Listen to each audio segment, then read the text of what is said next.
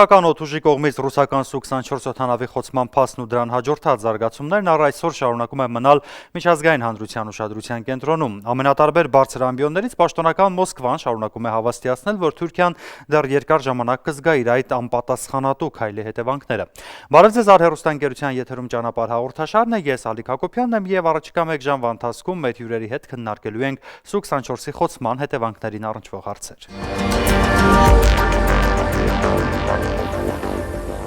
Ճանապարհ հաղորդաշարի հյուրերն են քաղաքական եւ միջազգային հետազոտությունների հայկական կենտրոնի փորձագետ Ռուբեն Մեհրաբյան, քաղաքագետ Հրանտ Մելիք-Շահնազարյան, գլոբալիզացիայի եւ տարածաշրջանային համագործակցության վերլուծական կենտրոնի ղեկավար Ստեփան Գրիգորյան, թուրքագետ Անուշ Հովհաննիսյան։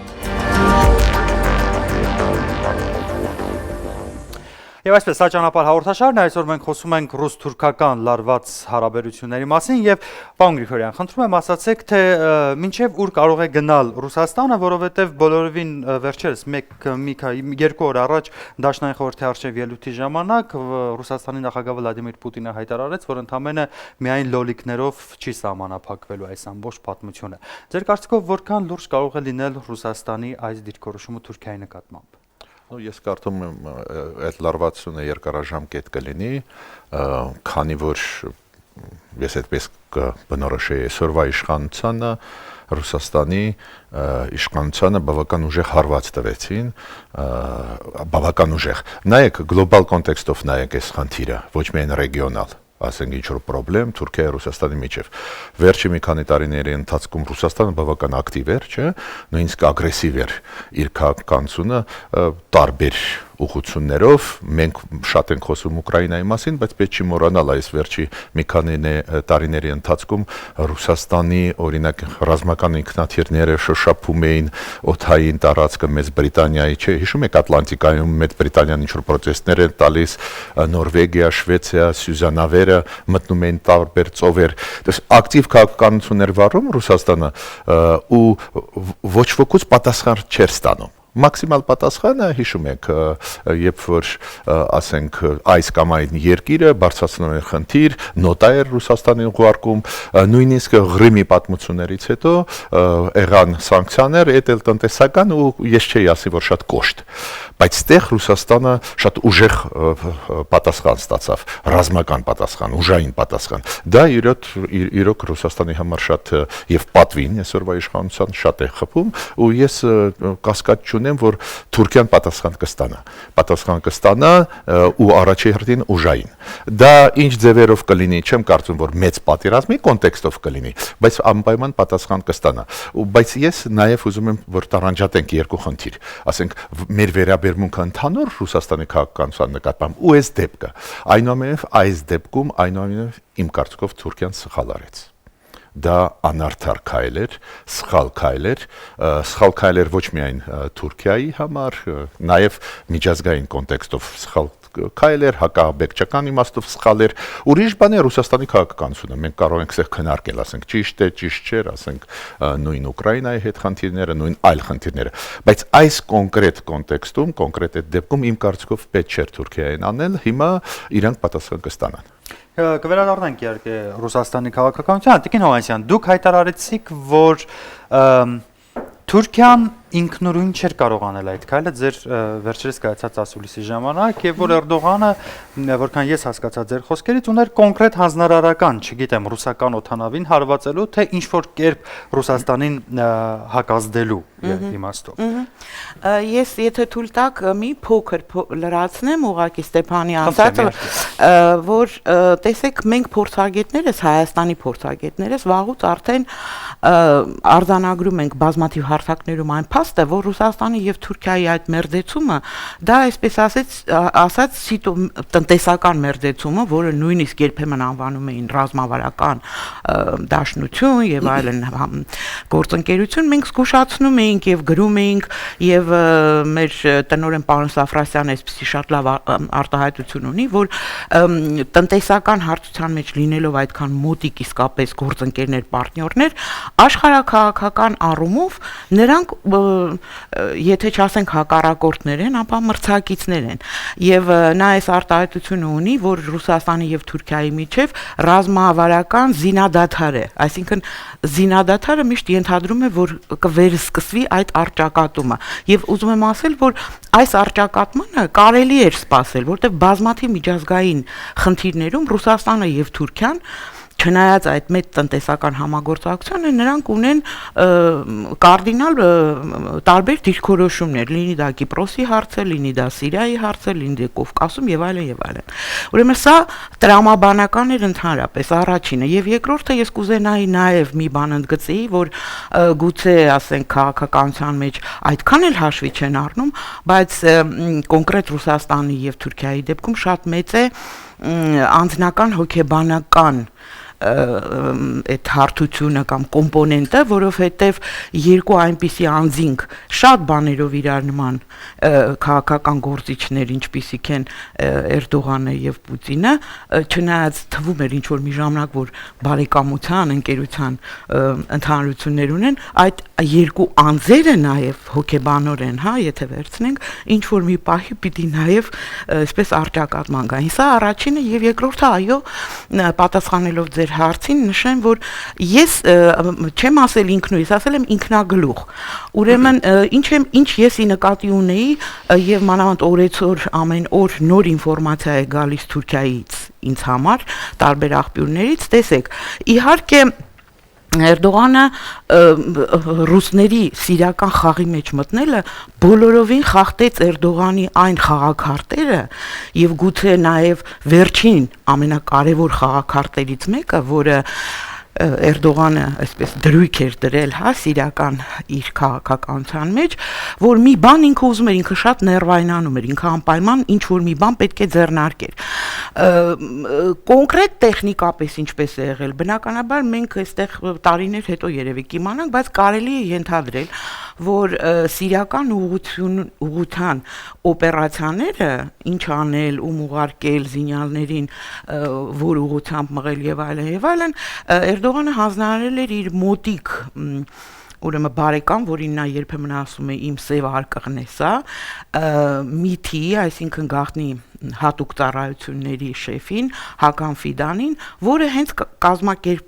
կազմակերպիչն է իմ կարծիքով այդ օպերացիայի, որը եւ համաձայնեցրել էր, ասենք, եթե ոչ ամենաբարձր մակարդակով, այլ այդ հատուկ, որտեղ նա հատուկ ծառայությունների ամերիկյան հետ դասընթացներ է անցել եւ սերտ կապեր ունի։ Այսինքն նրանք կիսել են իրենց մտահոգությունը, ես ենթադրում եմ, ամերիկացիներն ասել են, դե լավ, մի բան արա, սրանք թուրքական կողմը ընդունել են դա որպես կարտ բլանշ եւ արել են այն, ինչ իրենք արեցին։ Այսինքն իհարկե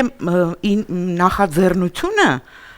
Եվ այդ ձևով անելու նախաձեռնությունը, ինչպես պարոն Գրիգորյանը նշեց, այդ շատ գիտեք դավաճանական, այսպես ստոր ձևով հետևից խոցելը ինքնաթիռ եւ այլն հետո նկարելը, դա լրիվ թուրքական այսպես ձեռագիր էր, բայց ինչ որ կիսահամաձայնություն եւ այլն անպայման եղել է եւ մասնագետներն են ասում, որ տեխնիկապես այդ ավաքսները եւ այլն, որ ցույց են տվել ուղին, որտեղ է կործանիչը ռուսական եւ այլն, այդ բաները խոսում են այն բանի մասին, որ ինչ որ համաձայնություն եղել է, բայց Էրդողանի Սիրիայում վարած տրամաբանության համատեքստում դա սպասելի բան էր։ Դա սպասելի բան էր, եթե հետո խոսակցությունը ավելի ծավալվի, ես գուցե նաեւ անդրադառնամ այն խնդիրներին, որոնք վրիպում են մեր վերլուծաբանների աչքից, հետ գնալով մի քանի տարի հետ։ Թուրքիան, ասենք, երբ նոր էր այդ սիրիական ճգնաժամը սկսվում, Թուրքիան սկզբից եւ այդ ամեն ինչ անում էր, որպիսի ներքաշվի, շատ ակտիվ ներքաշվի այդ սիրիական ճգնաժամի մեջ, բայց ինքը ինքնուրույն չէր ուզում անել, ինքը անընդհատ պրովոկատիվ քայլեր էր անում, որպիսի դաշնակիցների հետ դաշնակիցների նույնպես այսպես ներքաշի ռազմական օպերացիաների մեջ այդ բուֆերային գոտի ստեղծելու ես ուզում եմ հիշեցնել, որ ես բազմաթիվ հարցազրույցներ եմ ամլոասուլիսներ եմ տվել, օրինակ ասենք եթե հիշենք 2013 թվականին այդ Ակչաքալե, որ փոքրիկ մի տեղանք է թուրք-սիրիական սահմանում, երբ թուրքերն իրենք ռմբակոծում էին իրենց տարածքը, հետո այսպես իրենց բնորոշ ձևով ղժժոց էին բարձրացնում, որ սիրիացիները մեր խաղաբնակիչներին ռմբակոծում են, ՆԱՏՕ-ում ասեցի եւ պետք է առաջ անցնել եւ նույնիսկ խորհրդարանում իրենց մեջլիսում նրանք ստացան անդերսահմանային օպերացիաներ իրականացնելու թույլտվությունը, բայց վախեցան ինքնուրույն գործեն, որտեղ ամերիկացիները սաստեցին, ասին հանգիստ նստեք ձեր տեղը։ Եվ մի քանի քեսաբի դեպքեր այդ անֆալ օպերացիան, որը հենց նույն այդ տարածքում, որտեղ խոցվեց ռուսական ինքնաթիռը, այդ նույն տարածքից ազատորեն ես դա այդ վիդեոկադրերը ցույց եմ տվել, նաև ձեր հեռուստաընկերությունը շատ մանրամասն ռեպորտաժ տվեց, երբ ուղղակի ոչ թե սարերով կամ ձորով, բայց սահման թուրքական հատուկ ուրեմն զինվորական զորամիավորման ներկայացուցիչների հետ այդ գրոհայինները, որոնց մեջ եւ չեչեններ կային եւ ադրբեջանցիներ կային, որտեղ խոսակցություններն էլ են ձայնագրված, անցնում են, գնում են, իրականացնում են քեսաբի այդ օպերացիան, հետո հետ են գալի, այնպես որ սա սպասելի էր։ Դերակատարումներին պարոն Մերաբյան, խնդրում եմ միացեք մեր քննարկմանը եւ ասացեք, խնդրեմ, ձեզ համար ում պաշտոնական տեսակետն է ավելի վստահելի, պաշտոնական Մոսկվայի թե պաշտոնական Անկարայի, որովհետև Անկարան ամեն դեպքում կարծեք թե առ այսօր շարունակում է պնդել, որ ռուսները խախտել են իրենց օդային տարածքը եւ չեն ենթարկվել նախազգուշացումներին լքելու իրենց օդային տարածքը, դրա համար իրենք խոցել են ռուսական ռազմական օդանավը։ Փաստն այն է, որ բազմաթիվ են եղել ռուսական օդուժի կողմից ՆԱՏՕ-ի անդամ երկրների եւ նեյտրալ երկրների սահմանի խախտման դեպքերը, ընդ որում դա տեղի ունենում վերջին տարի եւ կես ժամանակահատվածում, ընդ որում դա եղել է, ինչպես պարոն Գրիգորյանը նշեց, թե Մեծ Բրիտանիայի պարագայում, սկանդինավյան երկրների օդային սահմանը եւ այս սիրիական օպերացիայի սկսվելու պես դա նաեւ Թուրքիայի սահմանի խախտման դեպքեր են եղել եւ այդ կապակցությամբ թուրքական գլխավոր շտաբ են հրավիրվել ռուսական ռազմական ուրեմն ներկայացուցչության այդ բարձրաստիճան սպաները եւ նրանց ուղղակի զգուշացվել է, որ նման բան թույլ չտան։ Ինչ վերաբերում է կոնկրետ դեպքին, ապա կոնկրետ դեպքին մենք տեսնում ենք բազմաթիվ գնահատականներ։ Այնուամենայնիվ մենք տեսնում ենք նաեւ, որ ՆԱՏՕ-ի բարձրաստիճան զինվորական ղեկավարները այնուամենայնիվ հաստատում են, որ թուրքական ուրեմն տեսակետը, եթե կարելի այդպես ասել, ճիշտ է եւ ռուսական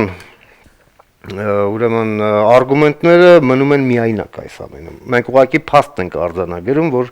թե ինչ է տեղի ունենում։ Հետևաբար այս առումով Թուրքիան մնալով ՆԱՏՕ-ի անդամ երկիր, ֆորմալ առումով, չնայած այստեղ շատ մեծ են հարցականները եւ դրանց մասին էլ հենց ՆԱՏՕ-ում էլ այսպես ասենք չեն լռում դրա մասին, թեկուզ հենց 3 թե ըստ վերջի 2 օր առաջ Պենտագոնից բավականին կոշտ հայտարարություն եղավ, որ Թուրքիան ամեն ինչ չէ, որ բավարար է անում կապված իսլամական պետության այդ պայքարի գործում եւ նաեւ պետք է փակի Սիրիայի սահմանը։ Մենք գիտենք, թե Թուրքիան ինչ է ասում դրա դիմաց, թե կներեք, բա մենք փախստականներին չենք կարող դեմները փակել, ասես ինչ որ կեղծ հումանիստական պատճառաբանություններով, չնայած մենք գիտենք, որ թուրքական մամուլի կողմից բացահայտված այն սկանդալը, երբ այդ ռուսական հումանիտար օգնության պես Դոնբաս ոնց որ ուղարկում էին, չէ՞, այդ գրադեր էին ուղարկում նույն, ասենք, այդ կարմիր խաչով մեքենաներով, մոտավորապես նույն ձևով էլ Թուրքիայից ուրեմն ռազմամթերք եւ զենք է գնում Սիրիա եւ չի բացառվում նաեւ իսլամական պետություն։ Դրա մասին գրում էր Ջումհուրիեթը։ թե եւ այդ գրողներն էլ, այդ լրագրողներն էլ այժմ բանտում են եւ նրանց սպառնում է բավականին երկարատև ազատազրկում հայրենիքի դավաճանության հոդվածներով։ Հիմա Ձեր տեսակետը, պարոն Մերդալյան, կարծում եք, որ Թուրքիան ներքաշված է իրականում իսլամական պետության զինյալներին աջակցելու գործի մեջ, թե ոչ։ Որը վերջին օրերին շատ է խոսվում դրա մասին, որ շատ կոնկրետ, նույնիսկ պաշտոնական մակարդակով Թուրքիան իրականում սատարում է իսլամական պետության գրոհային։ Եկեք խոսենք փաստերով։ Այսօր գործում է 98 կիլոմետրանոց սահման Թուրքիայի եւ Սիրիայի այդ միջպետական սահմանը, որը գտնվում է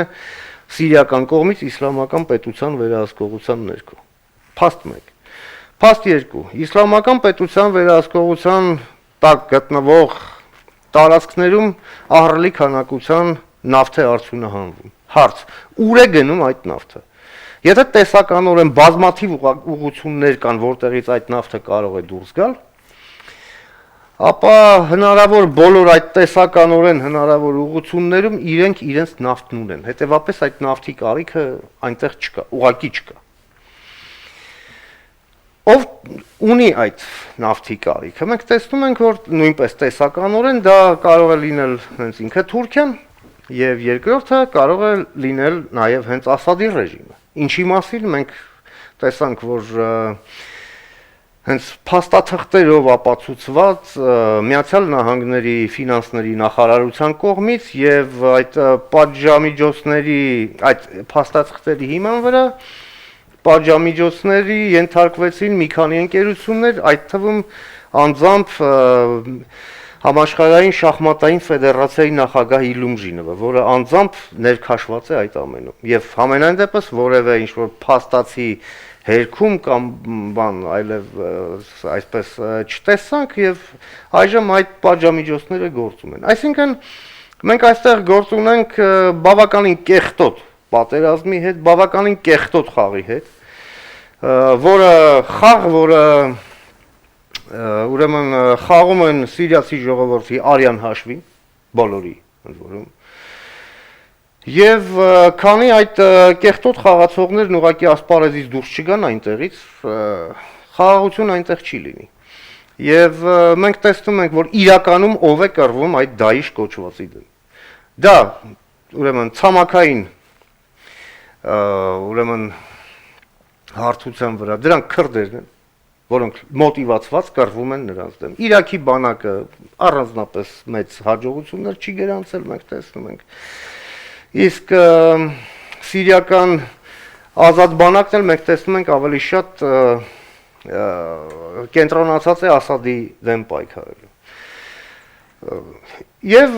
այսինքն քրդերն են մի կողմից ցամաքի վրա, իսկ օդից էլ մենք տեսնում ենք, որ դա արևմտյան կոալիցիան է։ Ուղղակի այդ ինտենսիվությունը դեռ բավարար չէ այդ Դայիշին մահացու հարվածներ հասցնելու համար։ Մենք տեսանք, որ երեք այսօր արդեն այդ ամենին միանում են նաև Լյուֆտվաֆեն, հա, Գերմանիայի ռազմաօդային ուժերը եւ Մեծ Բրիտանիան միացան եւ կարծում ենք, որ այդ օդային հարվածների էֆեկտիվությունը կմեծանա եւ քրդերին կհաջողվի ուրեմն ավելի մեծ տարածքներ վերցնել իրենց հսկողության ներքո, նաեւ մենք այսօր տեղեկացանք, որ Մոսուլը շրջապատված է քրդական ուժերի կողմից։ Շատ բարի, պարոն Մելիքշանազարյան, միացեք մեր քննարկմանը, դուք դեռևս թուրք-քրդական բախման ժամանակ ասացիք, որ ընդամենը Երևանից 20 կիլոմետր հեռավորության վրա ռազմական գործողություններ են տեղի ունենում եւ կարծեք մենք մի տեսակ կրավորական դիրք են գրավել այս իմաստով։ Սրան գումարվեց հիմա ռուս-թուրքական լարված հարաբերությունները, որը մեր տարածաշրջանի համար կարևոր եւ Հայաստանի համար մասնավորապես, բայց կարծեք թե մենք դարձյալ շարունակում ենք կրավորական կեսվածքով մնալ, թե ոչ։ Մեծ հաշվով այո, դա այդպես է, չնայած այն հանգամանքին, որ Հայաստանի Հանրապետությունը որպես Հարավային Կովկասի անվտանգության համակարգի ընդհանուր հիմնական երաշխավոր կարող է շատ ավելի մեծ ներգրավվածություն ունենալ եւ շատ ավելի մեծ ազդեցություն ունենալ հարակից տարածաշրջաններում տեղի ունեցող զարգացումների վրա, որովհետեւ բոլոր դեպքերում պետք չի մոռանալ, որ առանց Հարավային Կովկասում կայունության, առանց վստահության այս տարածաշրջանում Ռուսաստանը չէ ունենալ այն պոտենցիալը ավելի հեռավոր տարածաշրջաններում իր համար աշխարհաքաղաքական խնդիրներ լուծելու եւ նաեւ հաջողությունների հասնելու։ Այսինքն այստեղ հայկական կողմը իհարկե աշխատանք ունի տանելու Ռուսաստանի հետ եւ պետք է մեր նշանակությունը եւ կարեւորությունը տարածաշրջանում համապատասխանեցվի հայ-ռուսական հարաբերությունների այն աստիճանին, որից կարող է բխել երկուստեք շահը։ Այս տեսակետից ես համաձայն եմ, մենք իսկապես գրավորական դիրքում ենք, գրավորական ենք նաև մերձավոր արևելքի զարգացումների տեսակետից, որովհետև այնուամենայնիվ ունենք այնտեղ ազգային շահ, հայությունն է վտանգի հիմնական թիրախներից մեկը, նաև Սիրիան ինքը որպես աշխարհակահաղական դաշնակից Թուրքիայի դեմ պայքարում կամ Թուրքիային հավասարակշռող ուժ մերձավոր արևելքում միշտ եղել է, հուսով եմ ապագայում նաև կլինի Հայաստանի հիմնական դաշնակիցներից մեկը։ Այսինքն շատ պարզ է դες Սիրիա, մի կողմից Հունաստան, Հայաստան, ինքն այն պետությունների օղակը, որոնք ժամանակին տուժել են թուրքական էքսպանսիոնիզմից, նրանց օսմանիստական քաղաքականության զոհն են դարձել, կայսրություն ստեղծելու այդ քաղաքականության զոհն են դարձել եւ այսօր ինչ որ չափով կարող են իրար հետ համագործակցել։ Դրանով հանդերձ իհարկե պետք չի գերագնահատել նաև մեր հնարավորությունները, որտեղ հասկանալի է, որ երկու գերտերությունների պայքարում Հայաստանի պես փոքր պետությունը շատ մեծ հավակնություններ, մեծաշոր չէր կարող ունենալ։ Այսինքն չենք կարող մենք դաշնակից լինել մեկին, պատժել, այնպես պատժել երկրորդին, որ նրանից որևէ վտանգ երբեք այլևս չսպառնա։ Փաստն է, որ Հայաստանը այսօր ունի այդ ամեն ինչ ներգրավելուց բացի մեկ շատ կարող խնդիր չեզոքացնել իր անմիջական տարածքային ամբողջականությանը, բնակչության անվտանգությանը սպառնացող վտանգները, որոնք բխում են մի կողմից Ադրբեջանից եւ մյուս կողմից Թուրքիայից, որը բացի նրանից, որ աջակցում է Ադրբեջանին հայկական պետությունների դեմ պատերազմի մեջ, ընդ որում շատ գործնական աջակցություն է նրան ցուցաբերում, այդ ամենից բացի նաև միջազգային տարբեր հարթակներում ամեն ինչ անում է հայկական դիրքի եւ հայկական քաղաքականության թուլացման համար եւ չեմ բացառում, որ կարող է ինքը լինել անմիջական սպառնալիք Հայաստանի Հանրապետության անվտանգությանը։ Երբ որ ես խոսում եմ այն մասին, որ ուշադրություն չենք դարձնում այդ զարգացումները, որ մեր մայրաքաղաքից ընդամենը մի քանի կիլոմետր այն կողմեն տեղի ունենում, սա իհարկե մի կողմից դա կարծես թե ներթուրքական խնդիր է, բայց մյուս կողմից էլ կոնֆլիկտ է, որը անվերահսկելի է եւ անկախատեսելի զարգացումներ կարող է ունենալ։ Որևէ մեկը չի կարող երաշխիքներ տալ, որ օրինակ նույն քրդերին ռմբակոծող թուրքական իշխանությունների մի արկ պատահաբար չի լինի Հայաստանի Հանրապետության տարածք։ Այնքան մոտ է տեղի ունենում, որ 2 ամիս առաջ պայթյուն էր տեղի ունեցել սահմանին եւ մեր արտակարգ իրավիճակների նախարարությունը մարտական հաշվարկ էր ուղարկել, կարծելով թե Հայաստանում է ինչ-որ բան տեղի ունեցել։ Պարզվեց ոչ, Թուրքիայի տարածքում է եւ պարզվեց, որ անմիջական շրջակայքը մեր պետությունների թե աշխարհակահաղական տեսակետից, թե ռազմաքաղաքական տեսակետից լուրջ վերափոխումների շեմին է կանգնած։ Որևէ մեկը չի կարող ասել, թե քրդերի հաջողությունը որտեղ կսկսվի եւ ինչքանով կսահմանափակվի եւ ամենացավալին ինչ որ կարող է լինել Հայաստանի համար, դա այն է, որ մեր հայրենիքի ստվար զանգվածի հանդեպ առաջացել է նոր պահանջատիրություն, իդեմս քրդական պահանջատիրության եւ քրդերը այդ պահանջատիրության համար պայքարում են։ Այսինքն գոնե թե մեկ քայլ մեզանից ավելի առաջ են անցել հենց այն տարածքների հանդեպ, որը մեր հայրենիքն է եւ որը մեր պետության, մեր ժողովրդի կեցության անվտանգության հիմնական երաշխիքներից մեկը կարող է լինել։ Ինչ պետք է անենք մենք ըստ այս պարագայում։ Ինչ անելիք ունի պաշտոնական Երևանը։ Ես առաջի հերթին արդեն ասացի, դա մեր նշանակության լիարժեք կապիտալիզացումն է միջազգային քաղաքական գործընթացներում։ Ես նորից եմ կրկնում, Հայաստանը անվտանգության երաշխավոր է Հարավային Կովկասում, հայկական զինուժն է ապահովում թուրքական ազդեցության հնարավոր մեծացումը Հարավային Կովկասում մեր տարածաշրջանում, հայկական զինուժն է, որը թույլ է տալիս Կովկասը ընդհանրապես դիտարկել որպես մի տարածք, որտեղից սպառնալիքներ առայժմ դեպի արտաքին աշխարհ չկան, ընդ որում դեպի Ռուսաստան նույնպես չկան սպառնալիքներ։ Դե պարզ է, որ պայթյունը Հարավային Կովկասում նշանակում է դեպքերի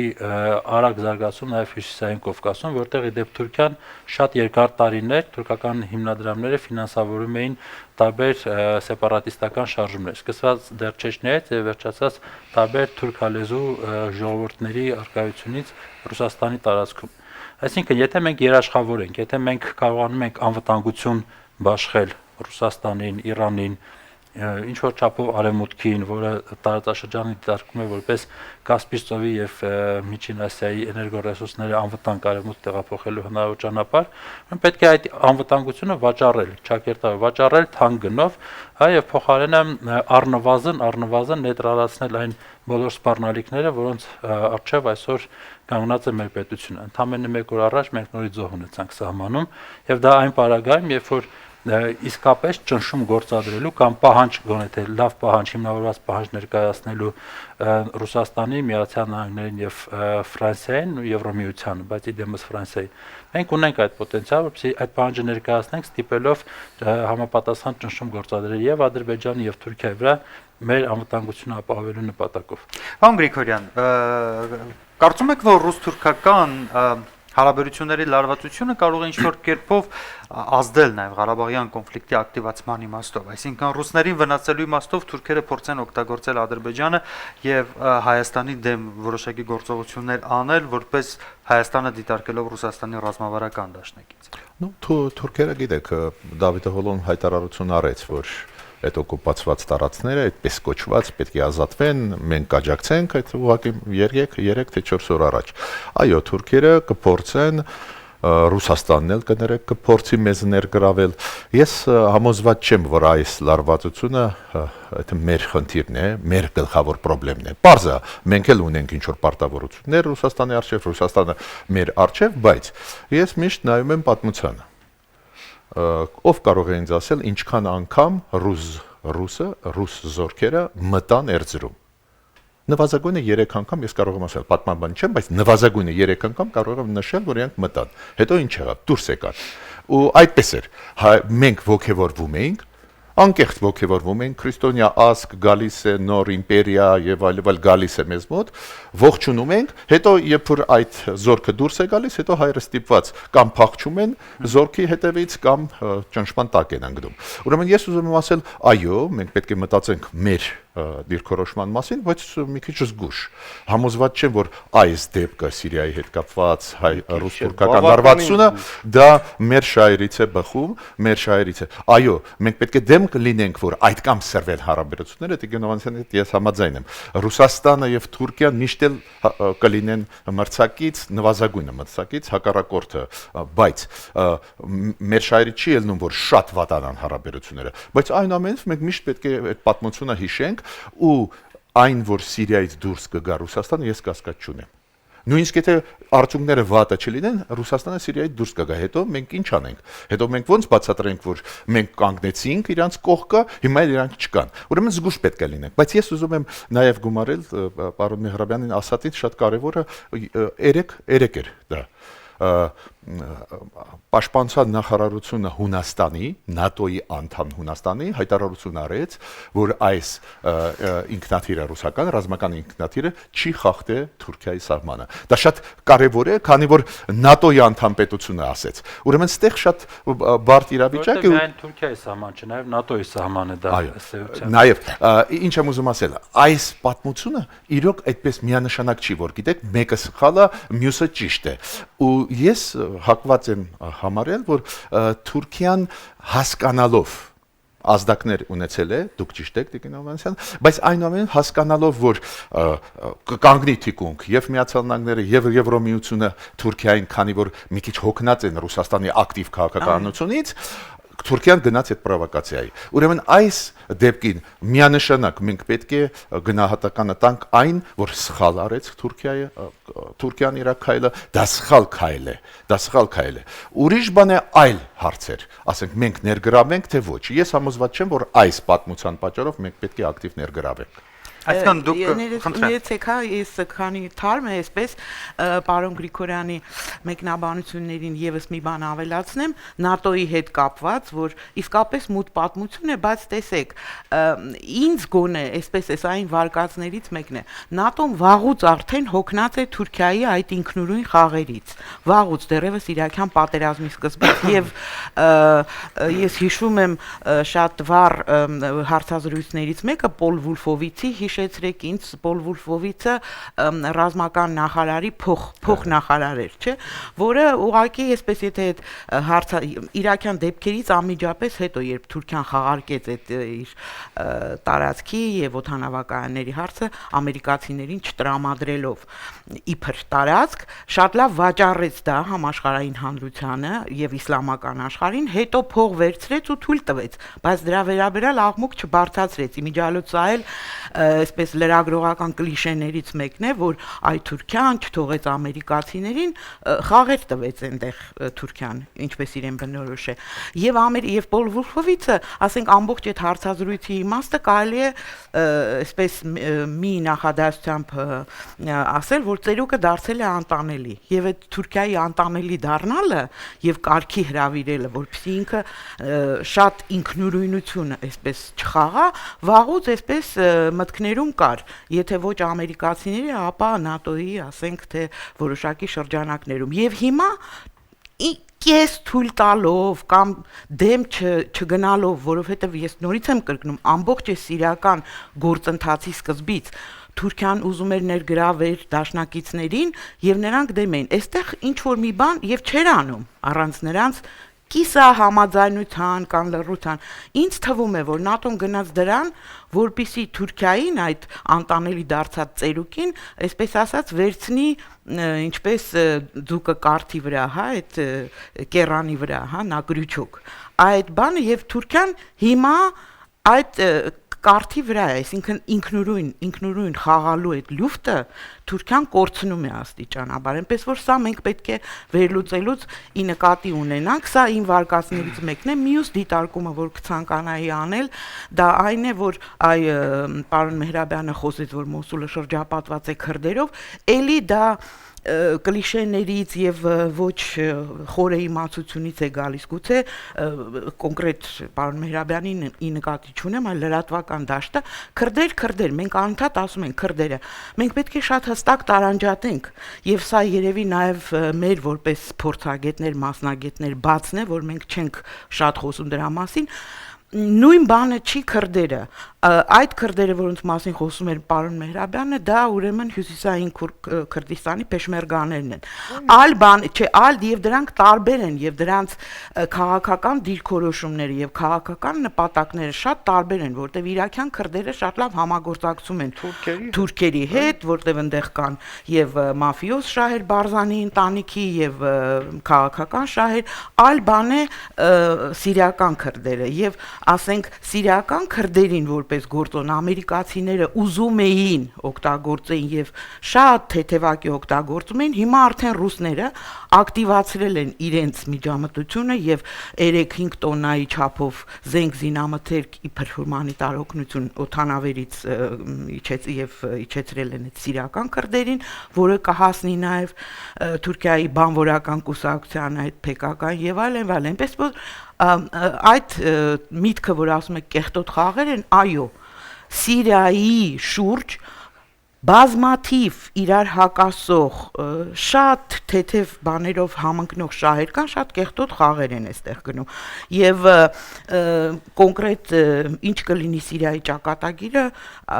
շատ դժվար է կանխագուշակել, ինչպիսին պիտի լինի մեր դիրքորոշումը, ասում ենք կրավորական։ Մենք կրավորական դիրք չենք բռնել, մենք պետք է ակտիվ դիտորդի Ես կասեի ակտիվ դիտորդի վերլուծողի դերում լինենք անընդհատ, որովհետև այդ ջրբաժանը, հա, կուզեք քաղաքակրթական ընդհարումների, կուզեք, չգիտեմ, այս տեկտոնիկ փոփոխությունների, այո, սահմանագծում մենք ենք։ Եվ ես չեմ կարծում, որ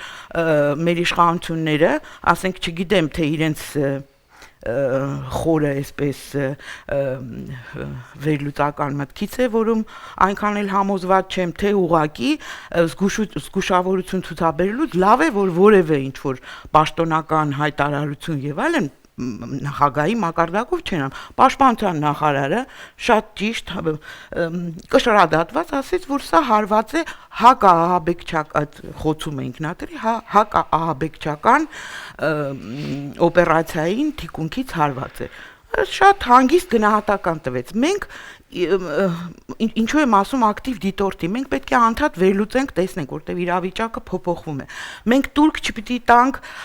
երբեմն ես լսում եմ, ասենք այդ Մոսկվայում հնչող հիմա, հա, այսպես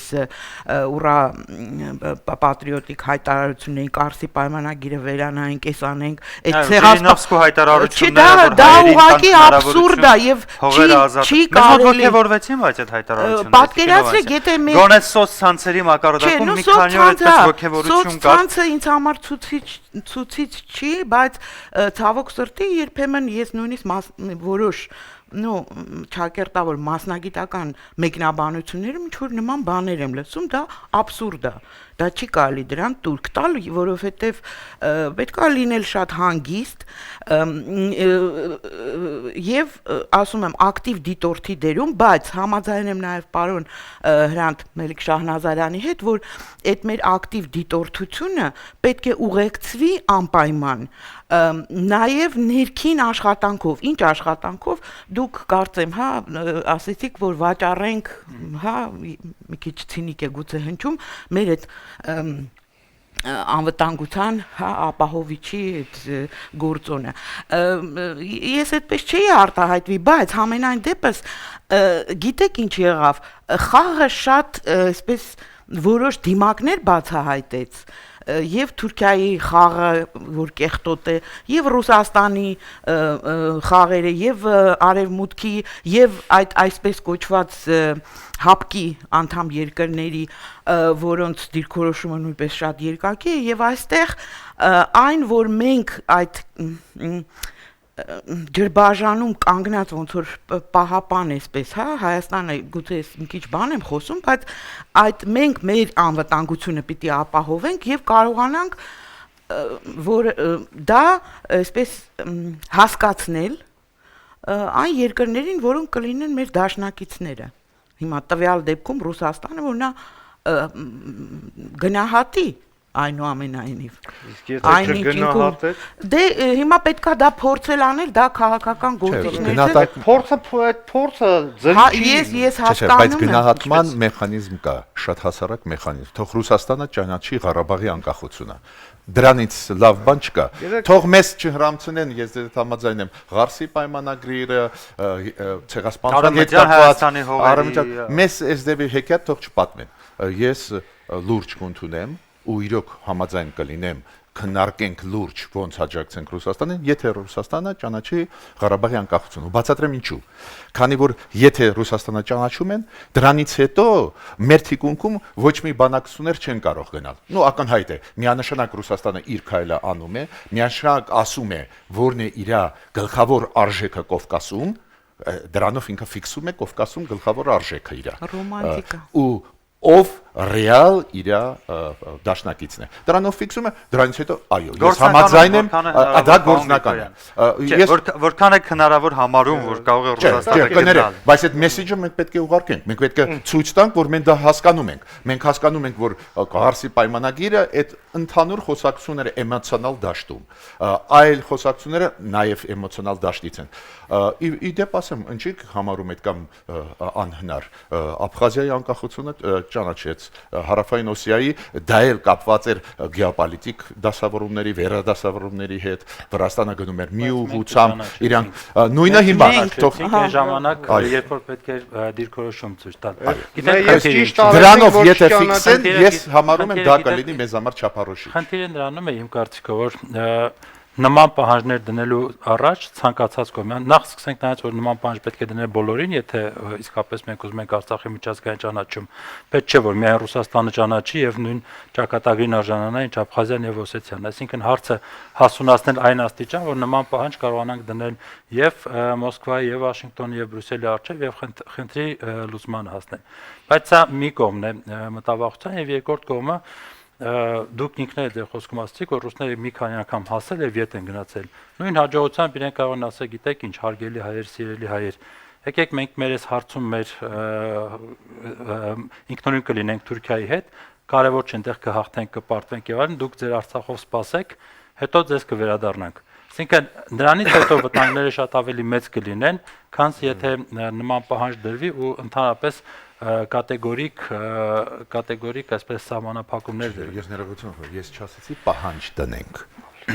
գոնե մեր մտքում դա լինի, որ իրանք դրա մասին Ընդհանուր առմամբ պետք է բարձրաձայնել, համաձայն եմ, բարձրաձայնել, որ իրանք հասկանան, որ ասենք Ուղերձ փորձագիտական ցնցան, այո։ դաշտում, քաղաքական դաշտում Սա մեր պրիորիտետն է, Արցախի Արցախի ճանաչումը ճանաչումը, այսօր ասում ենք Ժիրինովսկին ինչ որ հարց բարձրացրեց, չէ՞։ Այդ ի վերջո քաղաքական դաշտում Ռուսաստանի հնչեցին հարցեր մեզ հուզող, չէ՞, ինչ որ չափով, մենք էլ հնչեցնենք հարցեր իրանց համար այսօր կարևոր։ Հիմա Ռուսաստանին կարևորը ցանկացած մեսեջ Հայաստանից, քանի որ ցավոտ հարված ստացավ Ռուսաստանը։ Ցավոտ, ես ճիշտ ասեմ, այս հարցում ես սիմպաթիայով հենց Ռուսաստանին, քանի որ սխալ քայլ արեց Թուրքիան, այդ քայլը պետք է դատապարտել, բայց այնուամենայնիվ այսօրվա իրավիճակում մենք պետք է ուղարկենք մեսեջներ, ինչ ենք մենք սպասում։ Դա չի նշանակում, որ վաղը, ասենք, եթե Ռուսաստանն ինձ ճանաչի, մենք վաղը վազելով, չգիտեմ, ծափ տանք, բայց այնուամենայնիվ դրանից հետո մենք ավելի լուրջ կմոտենանք։ Պարզը, պարոն Մեհրաբյան, ուզում եք արձագանքել։ Փորձելով ուղղակի խոսակցությունը վերադարձնել քաղաքական ռեալիզմի հարթություն, նախ վերհիշենք Հայաստանի Հանրապետության պաշտոնական դիրքորոշումը այս ռուս-թուրքական արճակատման հետ կապված, որը բարձրաձայնեց փոխարտգործնախարար Շավարժ Քոչարյանը։ Մեջբերում եմ։ Պաշտոնական դիրքորոշում միայն նախագահ եւ արտգործնախարարը կարող են հայտնել։ Մնացած այն կարտիկները, որոնք ասում են։ Ոչ, նա սեփական կարտիկը չի հայտնել, նա ուրեմն լիազորված է եղել արտահայտել այդ կարտիկը, որովհետև հակառակ կարտիկ ավելի բարձրաստիճան պաշտոնյաների կողմից չի հնչել։ Իսկ այդ կարտիկը հետևյալն է, որ այո, մի կողմից Հայաստանի ռազմավարական դաշնակիցն է եւ մյուս կողմից մեր մերձավոր հարևան Թուրքիան եւ Հայաստանն ուշադիր հետևում է զարգացումներին։ Ես կարծում եմ, դա բավականին հավասարակշռված պատասխան էր այդ ամենին եւ ճիշտ է անում պաշտոնական Երևանը, որ ջուրը չտեսած չի բոբիկանում ոմանց պես, հա, կամ ինչ-որ բոնապարտիստական պլաններ չեն կառուցում այս ամեն ինչում, որովհետեւ Հայաստանի թիվ 1 խնդիրը կրկնում եմ Հայաստանի Հանրապետության, հա, ես չգիտեմ, որ համայնքների, որ ռեստորաններում հիմա ինչ կենացներ են խմում, դա բացարձակապես ինչ չի հետաքրքրում։ Հայաստանի Հանրապետությունը դա պետություն է, որ պետք է առաջնորդվի ինչ-որ պատասխանատվությամբ միջազգային հարաբերությունների թատերաբեմում, հա, եւ ունի իր պետական շահերը, եւ այդ շահերից ամենևին չի բխում դառնալ ռուսական իմպերիալիզմի բութ գործիք ընդդեմ թուրքական իմպերիալիզմի, կներեք։ Եվ հակառակ ինձ թող ոչ մեկ չփորձի համոզել։ Եվ ռուս-թուրքական, ուրեմն այս արճակատման ժամանակ Հայաստանի Հանրապետության թիվ 1 խնդիրն է։ Թույլ չտալ, որ այստեղ գոյանա կովկասյան ռազմաճակատ։ Կովկասյան ռազմաճակատ դա նշանակում է հայաթափում, դա նշանակում է հայերի կոտորած, լավագույն դեպքում հայերի դեպորտացիա Կովկասից։ Եթե դա են ուզում ոմանք, դա այլ հարց է։ Բայց ես կարծում եմ, սա ուղղակի ինչ որ տակ գլուխության ինչ-որ արդյունք է եւ կարծում եմ, որ Հայաստանի Հանրապետությունն այստեղ շատ կոնսերվատիվ քաղաքականություն պետք է տանի։ Կա օրակարգում նման խնդիր, պարոն Մեհրաբյան։ Ես գոնե փոխարտգործնախարարի կողմից այդ շեշտադրումը գոնե տեսա, այդ սահմանները տեսա, այն ինչը անում է պաշտոնական Երևանը եւ անկախ իմ վերաբերմունքից ընդհանրապես իշխանությանը եւ մեր պաշտոնական դիվանագիտությանը, որը ընդհանուր առմամբ բացասական է, բայց այնուամենայնիվ ես կարծում եմ, որ այստեղ այս դիրքորոշումը միակ ճիշտն է եւ միակ իրատեսական է։ Հաջորդը ինչ կուզեի ասել։ Այն որ մենք ինչ որ սպասելիքներ ունենք Ռուսաստանից, ոչ դա այդպես չէ։ Ռուսաստանից մենք միակ սպասելիքը ճակերտավոր որ կարող ենք ունենալ, դա օգտագործվելն է Ռուսաստանի կողմից հերթական անգամ։ Ես չեմ հասկանում, այս 200 տարին դաշ չեղավ։ Հերիք չի։ Եվ մի բան էլ շատ կարևոր։ Այս ռուս-թուրքական արճակատումը լրջագույն մարտահրավեր է Հայաստանի Հանրապետությանը։ Հենց մեր ազգային անվտանգությանը։ Կրկնում եմ, Հայաստանի Հանրապետության մասին է խոսքս գնում, որպես պետություն։ Եվ դրա հետ մեկտեղ այդ մարտահրավերը նաև հնարավորություն է բացում Հայաստանին որպես ինքնուրույն սուբյեկտ բարձրացնելու իր կշիռը տարածաշրջանում, փորձելով դառնալ ոչ թե ինչ-որ պլացդարմ կամ պոլիգոն, չգիտեմ ում համար եւ չգիտեմ ինչու, այլ շուտ լավ գիտեմ, դուք էլ գիտեք, բայց ոչ դրա համար, այլ որպես ինքնուրույն սուբյեկտ կառուցի իր հարաբերությունները կամ վերակառուցի իր հարաբերությունները։ Մենք այսօր տեսնում ենք նմանապես մտահոգություններ նաև Վրաստանում, նրանք էլ չեն ուզում հայտնվել այդ մուրճի եւ զնդանի արանքում, հա։ Իհարկե նրանցն էլ արդեն իրենց կառուցվածքն ունի, իրենց հարաբերությունների այդ համակարգը, Ադրբեջանն իր կողմից։ Մենք այսինքն մենք տեսնում ենք, որ ամբողջ հարավային Կովկասում այսօր ոչ մեկ շահագրգռված չի, որպեսզի այս տարածաշրջանը դառնա ռուս-թուրքական դիմակայության ինչ որ թատերաբեմ։ Ուզում եք կռվեք, գնացեք Սիրիայում կռվեք, գնացեք Սևծովում կռվեք։ Այս տարածաշրջանը շատ փխրուն տարածաշրջան է։ Այստեղ ամեն ինչը անկայուն հավասարակշռության վրա է հիմնված, հա, եւ սա կարող է պայթեցնել տարածաշրջանը եւ ես չեմ կարծում, որ այդ պայթունի արդյունքում հարավային Կովկասի որևէ քաղաքական սուբյեկտ կշահի։ Ոչ մեկ, պարտվելու են բոլորը։ Այս ամենում Հայաստանի Հանրապետության դերը իրոք շատ բարձր է, հա, իրոք շատ բարձր է եւ մենք պետք է տարածաշրջանում մենք նորովի կառուցենք մեր հարաբերությունները, ելնելով մեր ազգային պետական շահերից եւ վերակառուցենք այն, ինչ որ առայժմ թերի է կառուցված։ Ես սա ուզում եմ ուղղակի որպես sense շեշտադրում ուղղակի մտավախություններ, որոնք իրականում չկային, ասենք այն ինչ որ քննադատում եք, ես չեմ տեսել Հայաստանում որևէ մեկին, որ կցանկանար ոչ ոք դրա մասին Ես էլ էի ուզում նույն ձևի ասեն դեմ է որ դինոզավրերը Երևանում ապրեն, որոշ մարդիկ որևէ մեկը էս լսարանում այդ մտքերը չի հայտնել, պարոն Մեհրաբյան։ Ես չասեցի, որ Պարոն Մեհրաբյան հավանաբար այն մտահոգություններն է ուզում։ ներողություն, ես տեսնում եմ այսօր հստակ միտում Ռուսաստանի կողմից Հայաստանին ներքաշելու այս խաղերի մեջ։ Ընդ որում այդ միտումները տեսնում եմ թե ինֆորմացիոն ոլորտում, թե միջպետական հարաբերություններում, հա, թե ինչ որ տարբեր հայերին ուղղված տենց Ժիրինովսկիյան նման տենց կիսախելագար եւ կիսամոլագար այս բաները Այսինքն ավելի զգուշ լինեն։ Նաև տեսնում եմ որոշակի կոնտինգենտի Հայաստանի հասարակության մեջ եւ այսպես ասենք Հայաստանից դուրս ապրող հայության, որոնք ինչ որ չափազանց ողջևորվում են այս ամեն ինչից, որ ես կարծում եմ խիստ վտանգավոր Ուրեմն միտում է եւ դա չպետք է խրախուսվի եւ թույլ չտրվի պաշտոնական Երևանի կողմից։ Այդ մտքի հետ ինձ թվում է, պարոն Մեհրաբյան, այստեղ ներկա փորձագետները բոլորը համաձայն էին, բայց քանի որ դուք նաև ռեալ քաղաքականությունից խոսեցիք, եկեք նաև հաշվի առնենք, որ ռեալ ուզում ենք մենք դա չենք ուզում, ասենք համաձայն էինք այդ դիրքորոշմանը մեր հանրապետության, թե ոչ, հիմա այսպես է։ Ռուսաստանը մեր ռազմավարական դաշնակիցն է, սա վտանգավոր գոտի է դարել ուզում ենք մենք թե չենք ուզում մեր անվտանգության ռազմական էլեմենտի ամրապնդումը ռեալ փաստերն են, այսինքն ռեալությունն է դա թելադրում, մենք պետք է մտածենք եւ դա կարող ենք անել այս պահին, որ ինքնուրույն քաղաքականության կոչ է կանում։ Այդ ինչ ձևով ինքնուրույն քաղաքականությունային կլինի, որ համաձայնվելով ձեզ հետ չտրվենք այդ խաղերին, փորձենք հերթական անգամ այո չդառնանք այդ մեծ տերությունների ոտատակ այո բուտ գործիք, որոնք թե թշնամության ժամանակ, թե բարեկամության ժամանակ մենք տուժում ենք։ Դա համաձայն եմ, բայց նաև եկեք ռեալ փաստերը ընդունենք, որ ուզում ենք մենք թե չենք ուզում, ապա ռազմական պոտենցիալի այդ պաշտպանության բանում գործում Ռուսաստանն է դաշնակից ռազմական բայց ես մեկ հարց, քանի որ հետո նաև կան ուժեր, որոնք մենք չենք ուզում, դուք ասում եք տարածաշրջանում ոչ ոք չի ուզում, ով ձեզ ասեց, կան ուժեր, որոնք ուզում են այդ փխրուն բալանսը խախտել։ Այդ պետքա դրան չտրվել։ Մի րոպե։ Ես այդպես չասա, ես ասում եմ տարածաշրջանում բոլոր սուբյեկտները մտահոգված են նրանով, որ Կովկասյան ռազմաճակատ չլինի։ Ես սա ասացի միայն այդ Եթե այս թեմայի մեջ ասեք, բամեք ներողություն եմ խնդրում։ Ես էլ կողմնակից եմ այդ բոլոր մտքերի հետ համաձայն եմ, բայց կներեք որոշել մենք ռազմաճակատ կլինենք թե ոչ, դժբախտաբար մենք չենք որոշողը։ Այդ ավելի բարձր մակարդակի խաղացողները, բայց ձգտել պետք է դրան, թե պետք է ձգտել դրա հակառակին։ Եթե դու կարողանում ես նեյտրալացնել հնարավոր բոլոր պրովոկացիաները, իսկ այս դեպքում դա հնարավոր պրովոկացիան Ադրբեջանի հարձակումն է հայկական պետությունների վրա, Թուրքիայի թողտվությամբ, Թուրքիայի աջակցությամբ։ Ինչի Ռուսաստանի, ինչի Չէ, որովհետև Թուրքիան այդքան լծակ չունի եւ Թուրքիայի ես կարող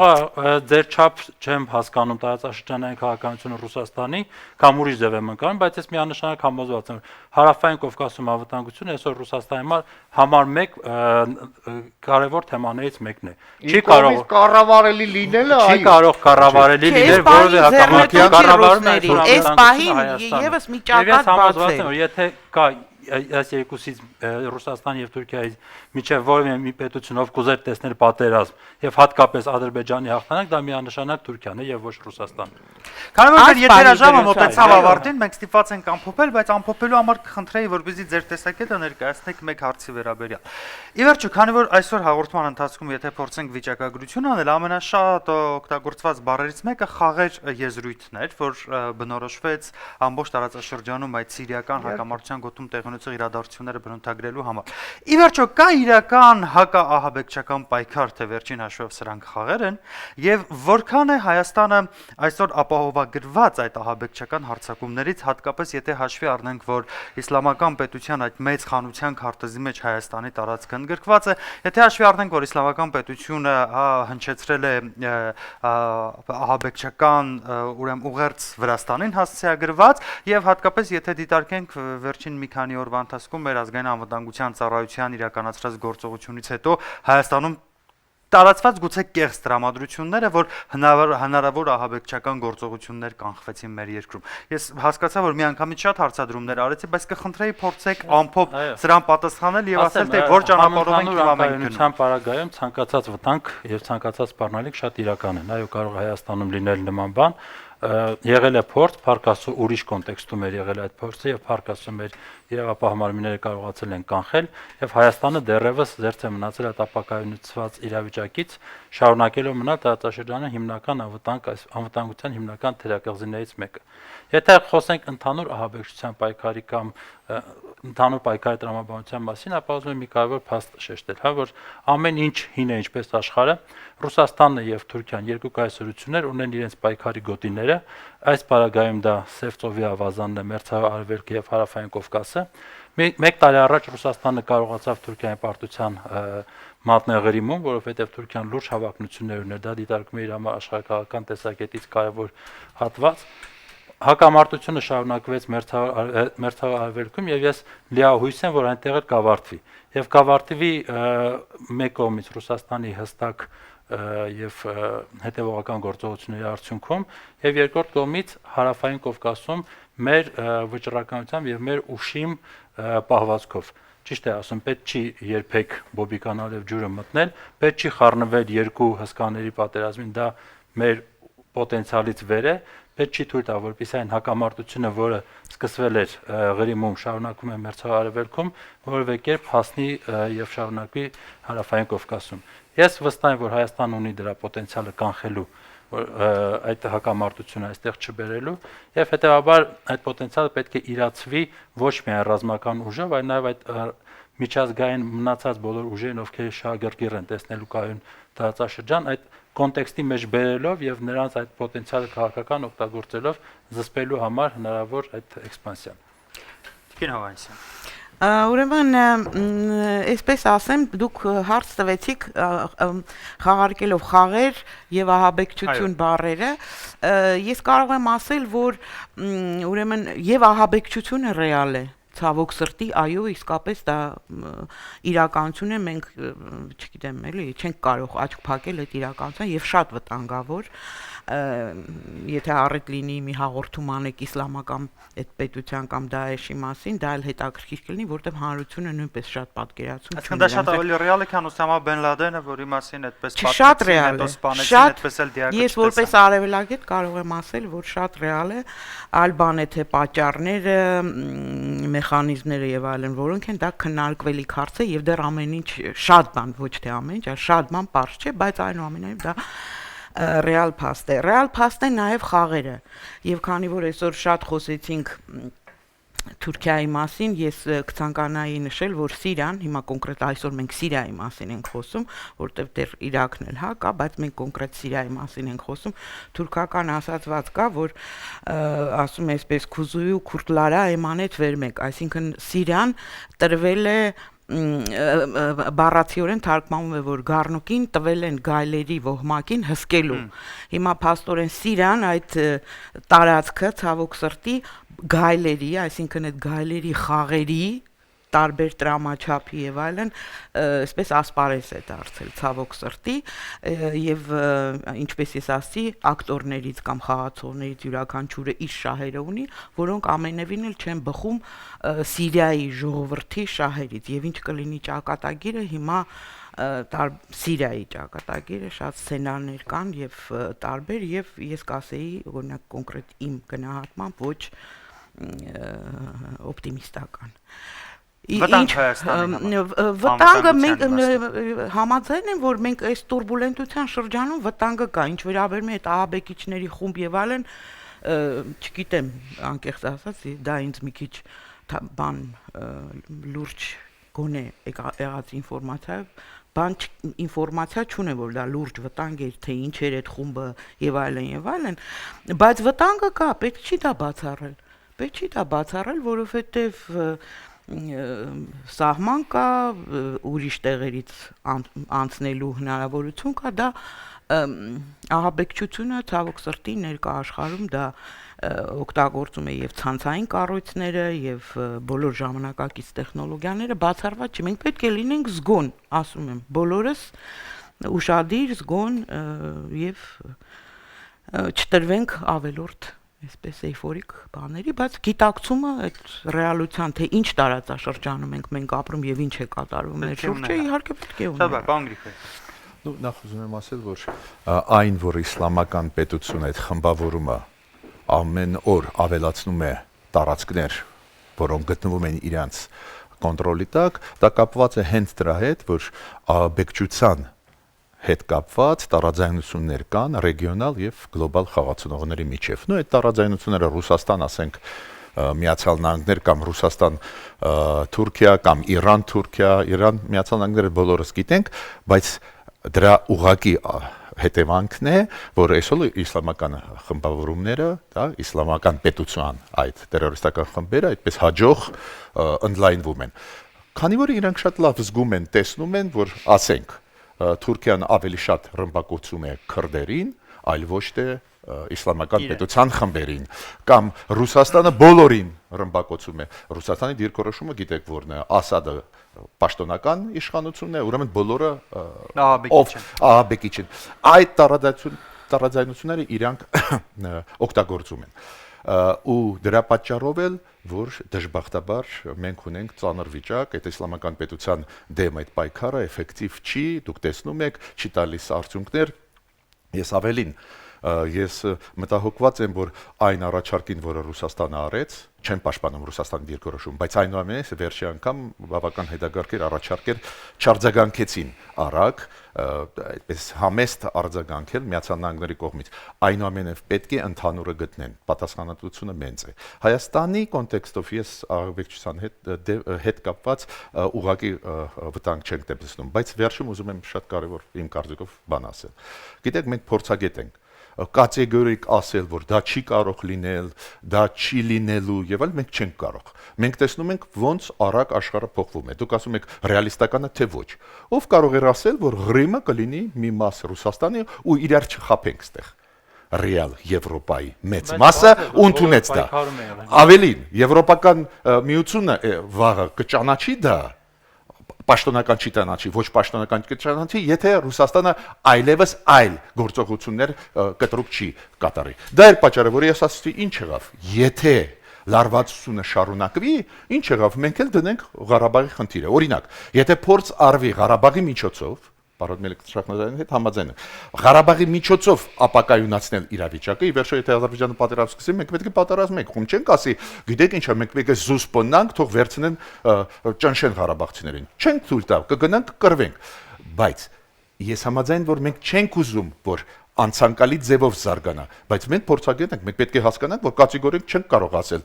այս կարող է լինի, այս չի լինի։ Ամեն վարիանտ կարող է լինի, հենց դա է մեր ֆունկցիան, վերելուծել ու նայել ոնց ենք մենք արձագանքելու։ Շատ բարի, պարոն Տարբեր Մերաբյան։ սցենարներ էլի։ Հարցը վերաբերում էր նրան, թե կա ահաբեկչություն, թե չկա եւ կա հակաահաբեկչական պայքար, թե ոչ։ Երկուսն էլ կա։ Ես Տիկին Հովհաննիսյանի հետ լիովին համաձայն եմ, ի վերջո խոսքը գնում է իսլամական պետության մասին, որի տարածքով վերահսկվող տարածքում ապրում է մի քանի միլիոն մարդ, եւ դա սարսափելի, ուրեմն մի քարանձավային տերորիստական կազմակերպություն է, եւ այսօր այո տարվում է պայքար նրա դեմ։ Սակայն դրա հետ մեկտեղ նաեւ տարվում է պայքարի իմիտացիա եւ այդ պայքար կոչվածը կոչված է նաեւ քողարկելու միանգամայն այլ ուղղությամբ գնացող շահերը։ Մենք տեսնում ենք, որ այդ անունը այդ իսլամական պետության դեմ պայքար այդ ծխած ասկույթով այսօր Ռուսաստանը փորձում է պաշտպանել Ասադին, որը ուղղակի պետական տերռոր է կազմակերպել, հա, որից եւ ստացվեց այս ամեն ինչը եւ ստեղծվեց վակուում, որը լցրեց այդ իսլամական պետությունը, այսինքն սա նաեւ ունի որոշակի պատճառահետևանքային կա։ Թուրքերը դրա հետ կապված էլի պայքարելով իբր այդ իսլամական պետության դեմ ուղղակի խփում են հենց այն միակ ցամաքային ուժին, որը այսօր իրականում պայքարում է այդ իսլամական պետության դեմ քրդերին, հա։ Եվ այսպես շարունակ մենք տեսնում ենք, որ Իրաքում փաստորեն իշխանությունն այնտեղ այդ պայքարի անվան տակ միանգամայն այլ ներքաղաքական հարցեր է լուծում եւ այսպես շարունակ, բայց մենք տեսնում ենք նաեւ, որ դրա հետ մեկտեղ այդ իսլամական պետությունը գնալով ընդլայնվում, ամրապնդվում եւ հարստանում է, այսինքն ոչ առանց արտաքին ուժերի աջակցությամբ։ Այսինքն անելիքը դեռ շատ մեծ է, բայց ի վերջո այս ահաբեկչությունն այնպես ինչպես եւ ժամանակին այդ ծովահենների դեմ էր, չէ, ամբողջ աշխարհը պայքարեց, ասենք այդ դա 18-րդ, 19-րդ դարում էր եւ գրեթե վերացրեցին հիմա ինչ որ տենց առանձին տենց էկզոտիկ ինչ-որ փոքր բաներ մենք կունենք, բայց ամբողջ աշխարհում դա համարվում է հանցագործություն եւ վերջ։ Նույնը այս տերորիզմի հետ կապված ես կարծում եմ, այո, գլոբալ պայքար է պետք ծավալել եւ այն կծավալվի, ուղղակի պետք է նաեւ կոնսենսուս, թե ով է տերորիստ, ով ոչ։ Այդ կոնսենսուսն է, որ չկա եւ շատ դեպքերում ուղղակի պարտիզանական պայքարը կոչվում է տերորիզմ, հա։ Շատ դեպքերում տերորիզմը կոչվում է բաց տերորիզմ, էլի։ Կոչվում է պարտիզանական պայքար եւ այդպես շարունակ, այսինքն մենք այդ դեֆինիցիաները ճշտելու կարիք ունենք, բայց ես կարծում եմ, որ այո, այդ իսլամական պետությունը պետք է վերանա մեկ եւ այնտեղ Սիրիայում այդ կեղտոտ խաղերը խաղացող բոլոր սուբյեկտներն այնտեղից պետք է ուղղակի դուրս շպրտվեն, լինի դա Թուրքիան իր այսպես կոչված շահերով, թե լինի այդ Ռուսաստանը նույնպես իր այսպես կոչված շահերով նա այնտեղ անելիք չունի, թե մեկը թե մյուսը։ Շատ բարի, շնորհակալ եմ ձեր տրամադրած ժամանակի եւ ձեր տեսակետների համար, այսպեսին էր այսօրվա ճանապարհը, միացեք մեր քննարկումներին յուրաքանչյուր շաբաթ ժամը 19:30 առայժմ։